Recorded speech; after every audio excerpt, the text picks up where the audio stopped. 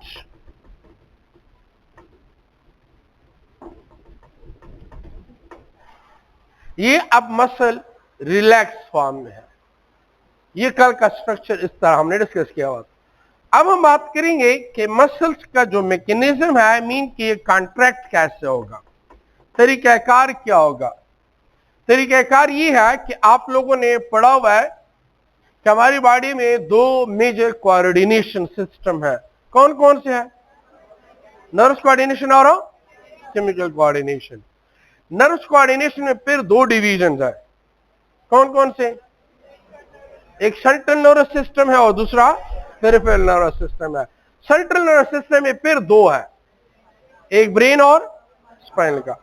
Brain की तीन parts है, फोर ब्रेन, मिड ब्रेन और हाइंड ब्रेन। हाइंड ब्रेन के फिर तीन पार्ट्स है, पोन्स, सेरेब्यूलम, मेडुला ऑब्लांगेटा। तो आपके सेरेब्यूलम से, जो कि स्केलेटल मसल को कंट्रोल कर रहा है, यहां से मोटर न्यूरॉन निकलते हैं। ये मोटर न्यूरॉन आपकी जो जितनी भी मसल्स हैं, क्योंकि हमने क्या पढ़ा था कि आपके मसल जो है ये मसल फाइबर से बने होते हैं और मसल फाइबर जो है इन सब को एट ए टाइम एक्टिवेट करना पड़ेगा। और यहां पे ये भी कहा जा रहा है कि मोटर न्यूरॉन चूंकि एक होगा एक ही बंडल के पास, ज्यादा नहीं होंगे, और उसके जो एक्सॉन पार्ट है उसकी एक्सटेंशंस होते हैं और वो आपके हर एक फाइबर के साथ कनेक्टेड होते हैं।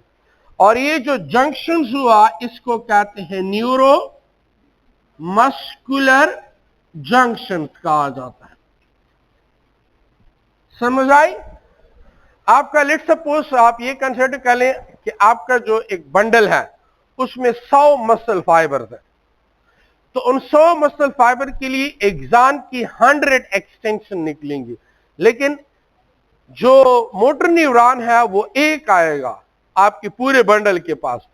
दो नहीं होंगे, तीन नहीं होंगे। क्यों? अगर दो तीन होते तो हो सकता है इंपल्स थोड़ी बहुत आगे पीछे हो जाए, तो फाइबर जो है वो इसमें टाइम, इसकी जो डिविएशन है वो हो सकती है।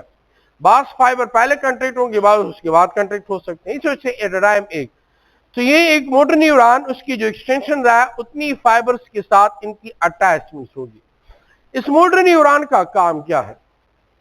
क्योंकि हमने पढ़ा हुआ है कि मोटर न्यूरॉन जो है वो इंपल्स कैरी करता है।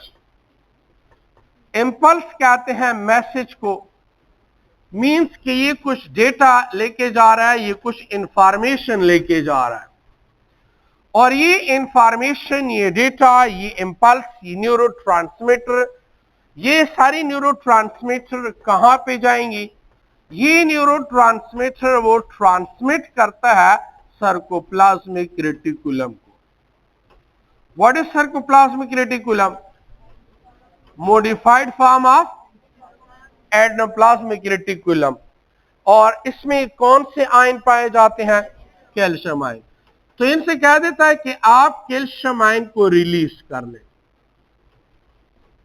सर्कोप्लाज्मिक रेटिकुलम के साथ कैल्शियम आयन है, सो उसको मैसेज देता है कि आप अब जो ल्यूमन है, मसल फाइबर का जो ल्यूमन है जिसको सर्कोप्लाज्म कहते थे, उसमें आप ये कैल्शियम आयन रिलीज करते। जब उस ल्यूमन में कैल्शियम आयन को रिलीज कर लेता है, तो आप लोगों को मैंने कल बताया था कि जो ट्रोपोनिन है इसके साथ एक होता है ट्रोपोनिन इनहिबिटर, एक होता है ट्रोपोनिन ट्रोपोमायोसिन, और एक होता है ट्रोपोनिन कैल्शियम। ये तीन पार्ट्स हैं। क्योंकि ट्रोपोनिन जो है अब कैल्शियम रिलीज हुआ तो इसके साथ कैल्शियम बाइंड हो जाएगा। तो कैल्शियम किस चीज के साथ बाइंड हुआ? ट्रोपोनिन के साथ। एमसीक्यूज में भी आया हुआ था, उस वक्त ईटा था। So calcium ion bind with troponin. दूसरा, this troponin act as a enzyme as well, ये एंजाइम का रोल भी अदा कर रहा है। ये भी एमसीक्यूज में दिया होता है, which protein act as an enzyme, although active site नहीं है लेकिन बिहेव लाइक एंजाइम। सो ये ट्रोपोनिन, अब ये ट्रोपोनिन क्या करेगा, जब इनके साथ कैल्शियम आयन आ जाए, सो ये है आपके साथ ट्रोपोनिन, इनके साथ कैल्शियम आयन आके अटैच हो जाते हैं। जब इस कैल्शियम आयन से यहां पे आके एक कम्युलेट्स हो जाए और इनके साथ जब ये बाइंड हो जाए, तो इसके बाद नेक्स्ट जो प्रोसेस होता है, ये ट्रोपोनिन जो है ये ट्रोपोमायोसिन के साथ बाइंड हो जाएगा। कैल्शियम आयन आने की वजह से ये एक्टिवेट हुआ और एक्टिवेट होने के बाद अब ये ट्रोपोनिन जो है ये ट्रोपोमायोसिन के साथ बाइंड हो जाएगा। अब यहां पे इनके दरमियान जो है अटैचमेंट्स हो जाएगी। ट्रोपोमायोसिन और ट्रोपोनिन आपस में अटैच्ड हो जाते हैं। जब ये अटैच्ड हो जाते हैं तो उसके बाद नेक्स्ट इसका काम क्या होता है, इसका नेक्स्ट काम ये है कि जो मायोसिन बाइंडिंग साइट है इस वक्त ये बैरूनी है, बाहर की तरफ है। अब इसको वो टर्न कर लेती है इनसाइड। किस तरह, तो उस वक्त डायग्राम हमारे पास कुछ यूं आ जाएगा। ये जो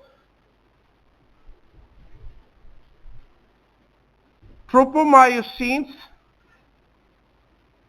की वजह से वो जो एक्टिन बाइंडिंग साइट है, मायोसिन बाइंडिंग साइट्स है, वो इनसाइड टर्न हो जाती है।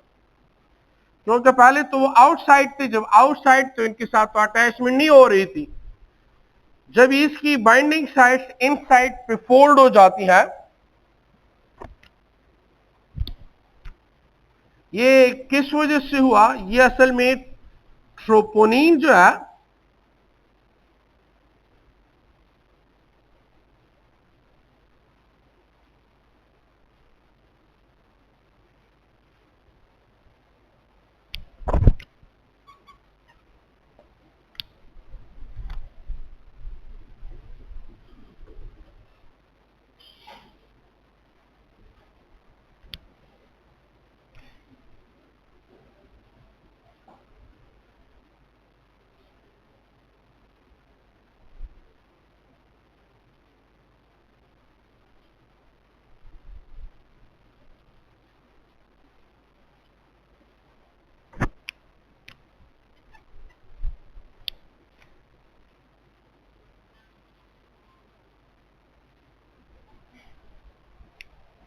ये देखिए यहां पे मैंने आउटर साइड्स पे ट्रोपोनिन ड्रा किया हुआ था, अब इन साइड्स पे ट्रोपोमायोसिन बाहर था, अब इनसाइड आया।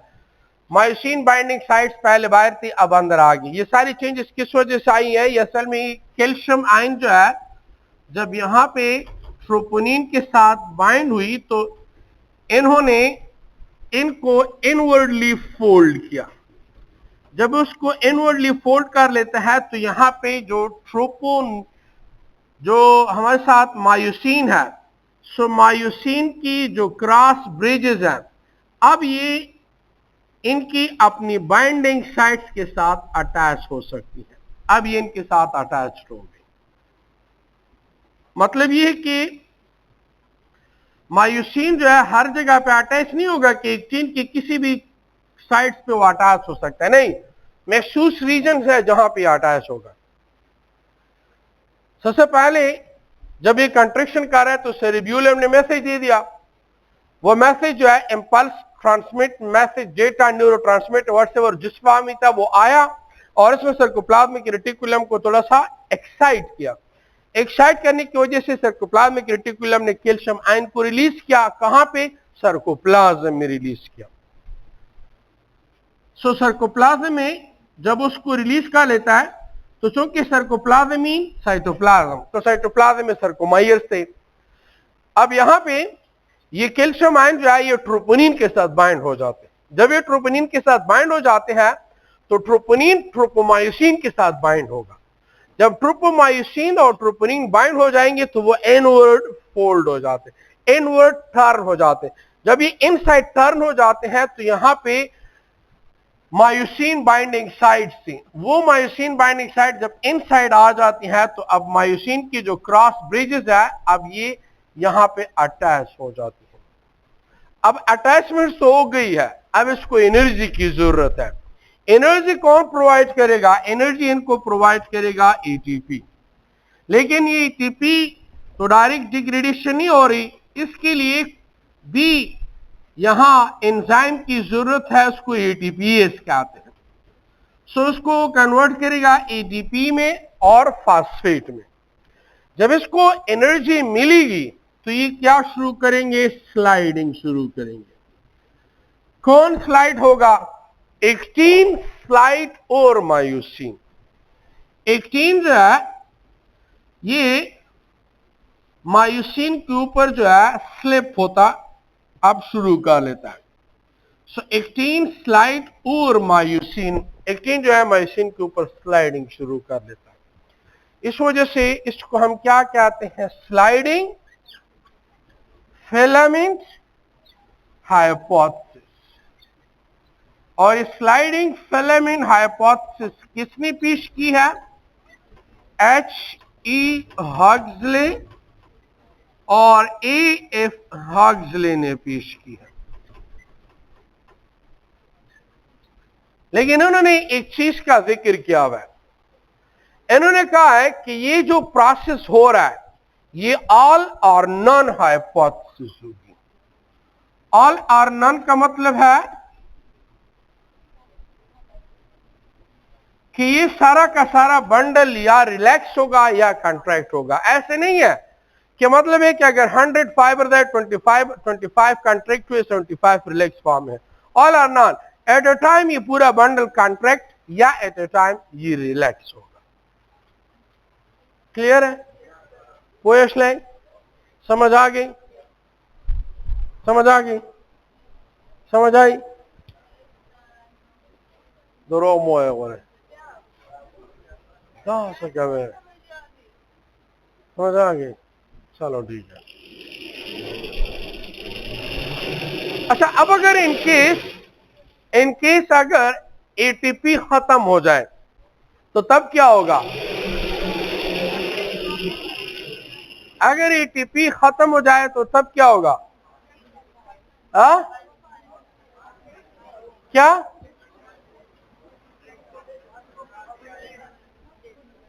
अगर एटीपी खत्म हो जाए तो आपके मसल में पाया जाता है फास्फोक्रिएटिन। तो फास्फोक्रिएटिन की डिग्रेडेशन होगी, इससे बनेंगे क्रिएटिनिन और फास्फेट ग्रुप। ये फास्फेट एडीपी के साथ मिलेगी और इनसे बनेगी एटीपी, दोबारा इसको सप्लाई होगी। लेकिन अगर ये भी खत्म हो जाए तो मसल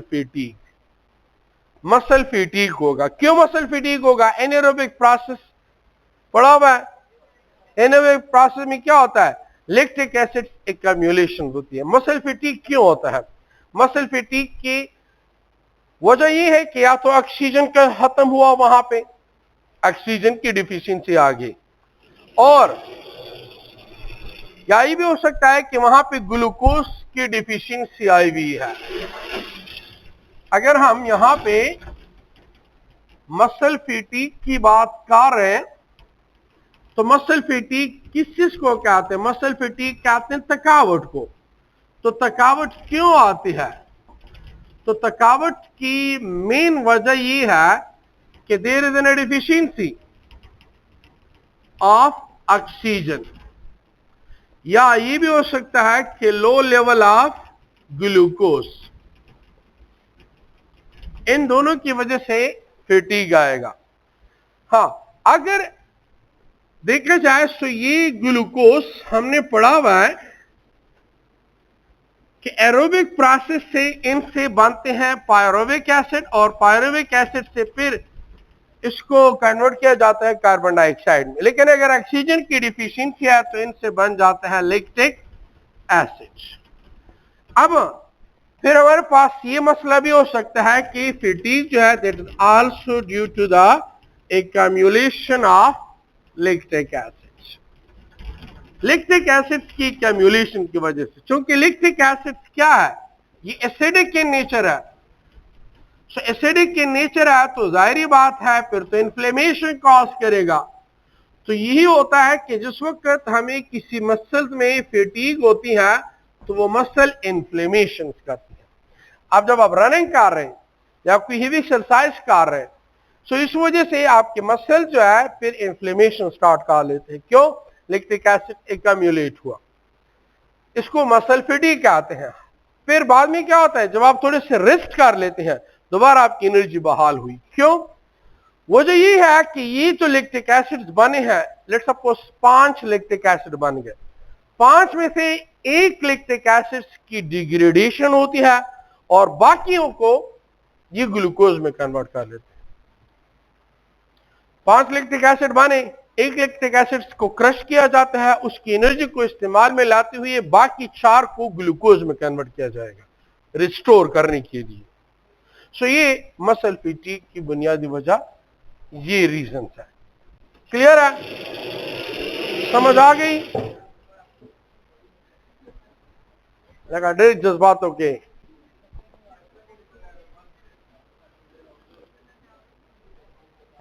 ताजा ताजा कुछ पगम हो रहे लसम हो रहे कुछ। Words mean by arthritis. ये आर्थराइटिस क्या चीज है? आर्थराइटिस कहते हैं इन्फ्लेमेशन ऑफ जॉइंट्स को। Inflammation of joint that is called arthritis. आप लोगों ने पढ़ा हुआ था कि जो बोन्स टू बोन है, तो बोन्स टू बोन जो है जब ये कॉन्टैक्ट फॉर्म में होते हैं तो इन बोन्स के ऊपर जो है एक कार्टिलेज होता है, आर्टिकुलर कार्टिलेज पाया जाता है, ताकि बोन्स की डायरेक्ट कांटेक्ट ना हो। ये आर्टिकुलर कार्टिलेज इसके ऊपर पाया जाता है ताकि इसका काम ये है डिक्रीज फ्रिक्शन, फ्रिक्शंस को कम करने। अब बाज़-औक़ात क्या होता है कि इन जॉइंट्स में पेन शुरू होता है। पेन की कई वजूहात है, हो सकता है एजिंग का मसला है, हो सकता है न्यूट्रिशनल डिफिशियंसी है, हो सकता है कोई और एबनॉर्मेलिटीज है, वो तो टेस्ट पर करने के बाद पता चलेगा। हम यहां पे 3 किस्म की आर्थराइटिस के बारे में ज्यादातर पढ़ते हैं। एक हमारे पास है रूमेटॉइड आर्थराइटिस।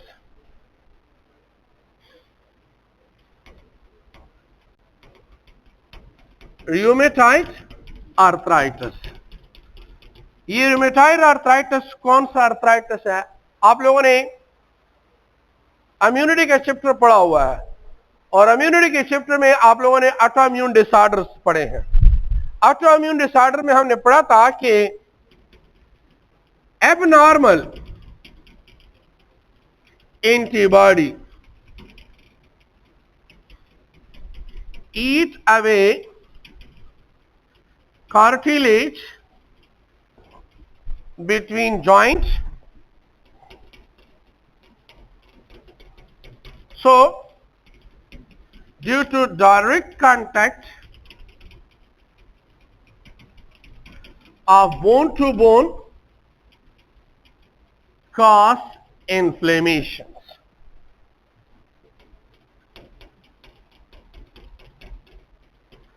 ये जो एंटीबॉडी है ये इस जगह पे अटैचमेंट करती है।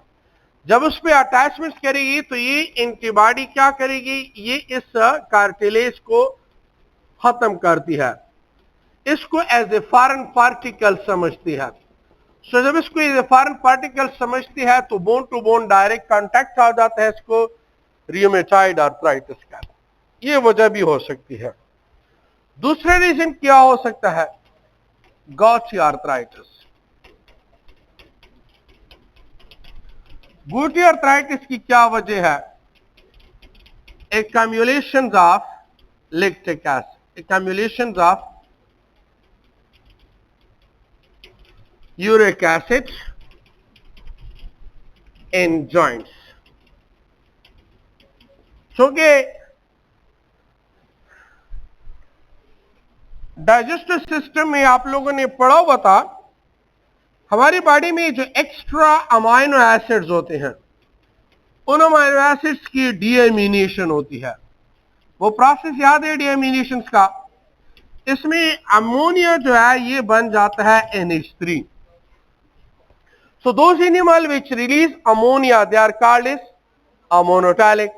1 gram of ammonia need how much water? 500 milliliter। लेकिन जिनकी बॉडी में पानी की डिफिशियंसी है वो क्या करेंगे? वो इस अमोनिया को कन्वर्ट करेंगे यूरिया में। So 1 gram of urea need how much water?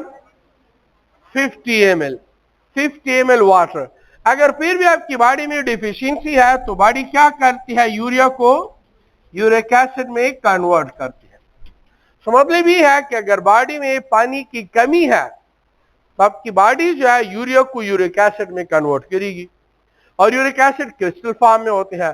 ये यूरिक एसिड जो है जब जॉइंट्स में ट्रैप हो जाते हैं तो उसकी ट्रैपिंग की वजह से क्या हो जाता है कि ये चूंकि क्रिस्टल फॉर्म में होते हैं तो इस वजह से भी जॉइंट्स इन्फ्लेमेशन स्टार्ट कर लेता है।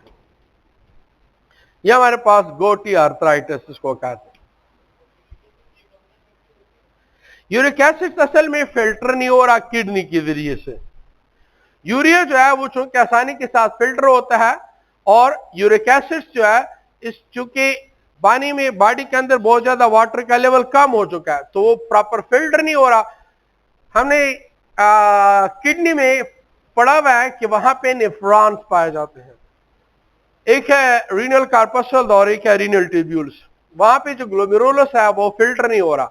जाहिर बात है आपका यूरिक एसिड कहीं ना कहीं पे तो फिल्टर होगा, कहीं ना कहीं पे तो एक्यूमुलेट्स होगा, तो उसके लिए सूटेबल जगह जो है वो लैक्टिक एसिड, यूरिक एसिड जो है वो जॉइंट्स है वहां पे जाके एक्यूमुलेट्स हो जाता है। बाकी अगर बॉडी में है तो बॉडी में अगर ये यूरिक एसिड का लेवल इंक्रीज हो रहा है, या अगर आपकी मसल्स की एक्स्ट्रा डिग्रेडेशन से क्रेटिनिन बन रहा है और वो भी फिल्टर नहीं हो रहा, तो इसी वजह से एक क्रेटिनिन का नॉर्मल लेवल जो है ना आपकी बॉडी के अंदर वो है 1 to 1.9, ये नॉर्मल लेवल है। अगर क्रेटिनिन का लेवल बढ़ रहा है,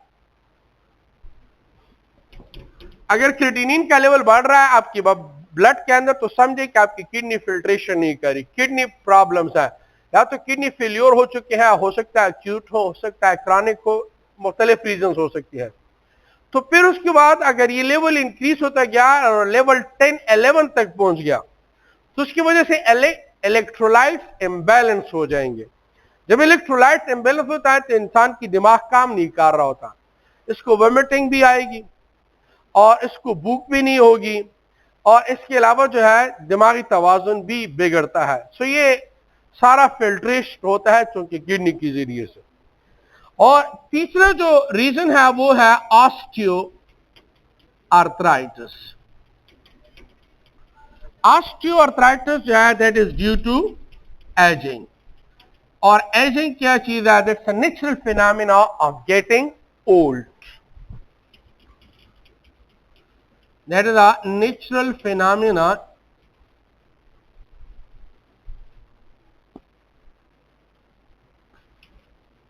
of getting old. That is called as gouty arthritis, osteoarthritis.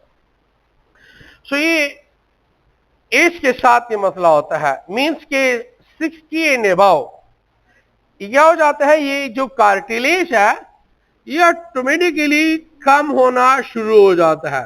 So bone to bone जो है एक्यूमुलेशन शुरू कर लेते हैं।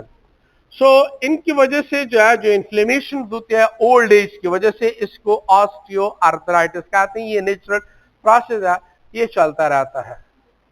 और गुटी अर्थराइटिस का जो मसला है, ये आपकी बिग 2 जो है ना, बिग 2, अगर वहां पे यूरिक एसिड जमा हुआ तो आपका सबसे पहला यूरिक एसिड गोटी अर्थराइटिस का इंडिकेशन आपकी बिग 2 है। अगर बिग 2 के जॉइंट्स में आपकी दर्द शुरू होगी तो समझिए कि आपको गोटी अर्थराइटिस है। ये इसका पहला सिम्टम्स है। बाकी फिर बॉडी में इनवेयर जो है एक एक्यूमुलेट हो सकता है। जी कौन सा? आपकी बॉडी में जो एटीपी है ना, वो तो जाहिर बात है आपको एनर्जी प्रोवाइड कर रहा है। अगर एटीपी की डिफिशियंसी आ रही है, स्टोरेज खत्म हुई है, तो नेक्स्ट जो आपको एनर्जी प्रोवाइड करेगा क्विकली वो है हमारे पास फास्फोक्रिएटिन। फास्फोक्रिएटिन की डिग्रेडेशन होगी, उसकी एनर्जी और उसकी एटीपी ये एडीपी में एटीपी बनाएंगी और फिर बॉडी को सप्लाई होगी। इस तरह अगर मसल्स की ज्यादा इस तरह डिग्रेडेशन वो कर रहा है, एटीपी कम है और फास्फोक्रिएटिन को यूज किया, तो इससे आपकी ब्लड में क्रिएटिनिन बढ़ेगा। क्रिएटिनिन का लेवल अगर बढ़ेगा तो किडनी जो है उसको चाहिए कि उसको डिस्पोज ऑफ कर लें, फिल्टर कर लें। अगर वो प्रॉपर फिल्टर नहीं कर रहा तो क्रिएटिनिन का लेवल जो है वो बढ़ जाता है ब्लड के अंदर। अक्सर जब आप ब्लड वो करते हैं, उसकी एनालिसिस करते हैं, तो हम तो ज्यादातर ये देखते हैं कि कौन सा ब्लड ग्रुप है और आरबीसी, डब्ल्यूबीसी और प्लेटलेट्स की तादाद कितनी है। अगर ये बाकी चीजें भी देख किए जाए ना कि सोडियम कितना है, पोटाशियम कितना है, क्लोरीन कितना है, क्रिएटिनिन कितने है, तो क्रिएटिनिन पर पहले नजर आपने डालनी है, क्रिएटिनिन कितना है। अगर क्रिएटिनिन बढ़ रहा है तो समझिए कि किडनी फेल्योर हो चुकी है। इसकी वजह से सारे इलेक्ट्रोलाइट्स इम्बैलेंस हो जाएंगे।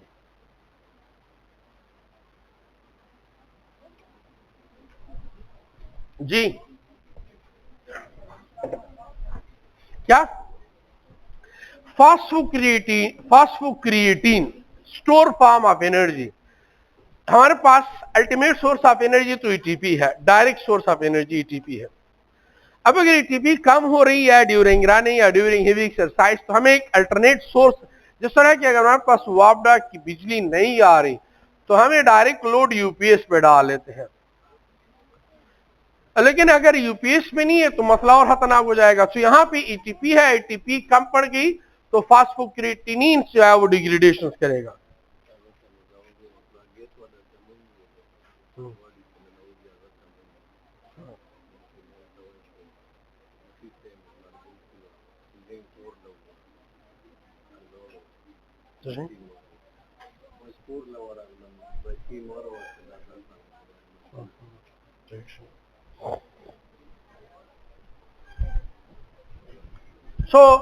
ये अल्टरनेट सोर्स ऑफ एनर्जी है आपको एटीपी क्विक बनाने के लिए, क्योंकि नॉर्मली तो ऑक्सीजन चाहिए, ग्लाइकोलाइसिस होगी, फिर लिंक रिएक्शन होगा, फिर क्रिप्स साइकिल होगा, फिर इलेक्ट्रॉन ट्रांसपोर्ट चेन होगा, तब आपको एटीपी मिलेंगी। लेकिन यहाँ पे फास्फोक्रिएटिन टूटा और एटीपी बनी सो क्विकली। लेकिन फास्फोक्रिएटिन की जितनी ज्यादा डिग्रेडेशन होगी आपके मसल वीक होंगे। जब मसल वीक होंगे क्रिएटिनिन भी बढ़ेगा, तो इसको भी बॉडी से डिस्पोज ऑफ करना चाहिए। इसकी वजह से किडनी पे लोड बढ़ गया।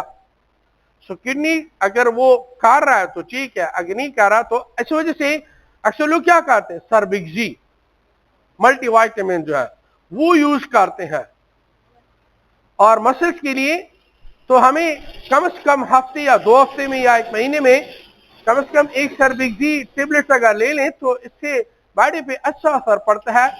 हम लोग तो चूंकि नॉर्मली हमारी मस्कुलर एक्टिविटी ज्यादा है और इनटेक विटामिन या मल्टीविटामिन की नहीं है, क्योंकि ये जो चीजें हम खा रहे हैं इसमें तो ये चीजें नहीं है। मल्टीविटामिन, अगर विटामिन की बात कर लेते तो फ्रूट्स वगैरह वेजिटेबल में होती है, हम तो ये चीज नहीं ले रहे। इस वजह से अक्सर जो है ये जो मसले आते हैं, मतलब है हाइपरटेंशन का आना या इसके अलावा हाइपोटेंशन का होना या एग्रेशन का होना, या ये सारी चीजें किस वजह से है, इस मल्टीविटामिन की डिफिशियंसी की वजह से। समझ आई बात? एक डिजीज का उन्होंने कहा है tetanus. What is tetanus? Tetanus क्या है? Tetanus is actually caused by Clostridium tetani. Clostridium tetani है क्या चीज? Clostridium tetani असल में ग्राम पॉजिटिव बैक्टीरिया है। Clostridium tetani जो है ये एक ग्राम पॉजिटिव बैक्टीरिया की वजह से है। और याद रखें प्रोकैरियोट्स के चैप्टर में आप लोगों ने पढ़ा हुआ है कि जो ग्राम पॉजिटिव बैक्टीरिया होते हैं वो असल में एक्सोटॉक्सिन प्रोड्यूस करते हैं। एक्सोटॉक्सिन मीन जो टॉक्सिक केमिकल होता है वो बॉडी से बाहर रिलीज करते हैं, इसको एक्सोटॉक्सिन कहते हैं। लेकिन जब एनवायरनमेंट सूटेबल नहीं है तो उस वक्त ये अपनी बॉडी के इनसाइड एक प्रोटेक्टिव लेयर बनाती है, इसको एंडोस्पोर्स कहते हैं। अच्छा, ये क्लोस्ट्रीडियम टेटिनाई असल में रॉड शेप है, रॉड शेप बैक्टीरिया है और फैकल्टेटिव एनारोबिक है। फैकल्टेटिव एनारोबिक मीन इसको ऑक्सीजन की बिल्कुल जरूरत नहीं है, परवाह भी नहीं है ऑक्सीजन है या नहीं है, फैकल्टेटिव एनारोबिक है। जब ये आपकी बॉडी में एंटर होती है तो ये इनका जो इंक्यूबेशन पीरियड होता है, इसका इंक्यूबेशन पीरियड है 3 to 21 डेज। 3 to 21 डेज इसका इंक्यूबेशन पीरियड है। मतलब ये है कि जब कभी भी रोड एक्सीडेंट हो जाता है तो उस वक्त जब ट्रॉमा होगा, ट्रॉमा मीन जब आपको चोट लग जाए, जब जख्म आ जाए, तो वहां से ये बैक्टीरिया आपकी बॉडी में एंटर होती है और उस जख्म वाली जगह से ये कहां पे पहुंचेगी? ये पहुंचेगी न्यूरोमस्कुलर जंक्शन पे। जब ये न्यूरोमस्कुलर जंक्शन तक पहुंचने में कामयाब हो जाए तो फिर ये क्लोस्ट्रीडियम टेटिनाई बैक्टीरिया रिलीज करेगी टिटानोस्पास्मिन। ये टिटानोस्पास्मिन क्या है? ये टॉक्सिन है, ये टॉक्सिक केमिकल है। जब कभी रोड एक्सीडेंट हो जाते हैं, रोड एक्सीडेंट में अक्सर हम क्या कहते हैं, इसको फौरन जो है टीटी की वैक्सीन लगा दे। हम ऐसे बोलते हैं कि नहीं बोलते? इसको टीटी की वैक्सीन लगाते। ये है क्या चीज? ये इस तरह है कि जब रोड एक्सीडेंट होते हैं तो ये बैक्टीरिया जो है ये नॉर्मली पड़े होते हैं सॉइल में फॉर सेवरल ईयर्स, ये पड़े होते हैं और ये फंक्शनल या एक्टिव फॉर्म में नहीं है। लेकिन जब आपकी बॉडी में एंटर हो गया उस चोट वाली जगह से तो उसको एक एनवायरनमेंट मिल जाता है और ये सीधा न्यूरोमस्कुलर जंक्शंस में जाके टिटानोस्पास्मिन प्रोड्यूस करते हैं और ये टिटानोस्पास्मिन जो है न्यूरोमस्कुलर जंक्शंस को ब्लॉक कर देते हैं। तो जब इसको ये ब्लॉक कर लेते हैं तो वो कंट्रैक्टेड फॉर्म में सस्टेन रहेगा। इसी वजह से वहां टिटानोस्पास्मिन पहुंचाने से पहले हम यहां पे टीटी वैक्सीन लगा लेते हैं कि बॉडी इसके अगेंस्ट एंटीबॉडीज बना दे और टिटानोस्पास्मिन की प्रोडक्शन से पहले वैक्सीन जो है वो अपना काम करे ताकि बॉडी के इम्यून सिस्टम या डिफेंस सिस्टम को एक्टिवेट किया जाए। कौन सी वैक्सीन है? ये टॉक्साइड वैक्सीन है। टॉक्साइड वैक्सीन कौन सी वैक्सीन होती है? कोई भी बैक्टीरिया जो टॉक्सिक केमिकल प्रोड्यूस कर रहा है उन्हीं टॉक्सिक केमिकल को डिनेचर किया जाएगा और फिर बॉडी में एंटर किया जाएगा, क्योंकि डिनेचर फॉर्म ऑफ प्रोटीन तो एक्टिव नहीं होते ना, तो इनएक्टिव फॉर्म होते हैं। इस वजह से फिर बंदा सेफ हो जाता है। सो ये टिटिनस बेसिकली क्लोस्ट्रीडियम टेटिनाई की वजह से होती है। समझ आई बात? समझ आ रही है? What is tetany? ये तो टिटिनस था, फिर टेटिनी क्या है? टेटिनी क्या चीज है? तालिबान लग से खुतासम वो सुचुप रहता सोगले 25 में हो गए दा से दा उसas दो शिफ्ट पाते से बिया यो शिफ्ट कम यो हम स्टास से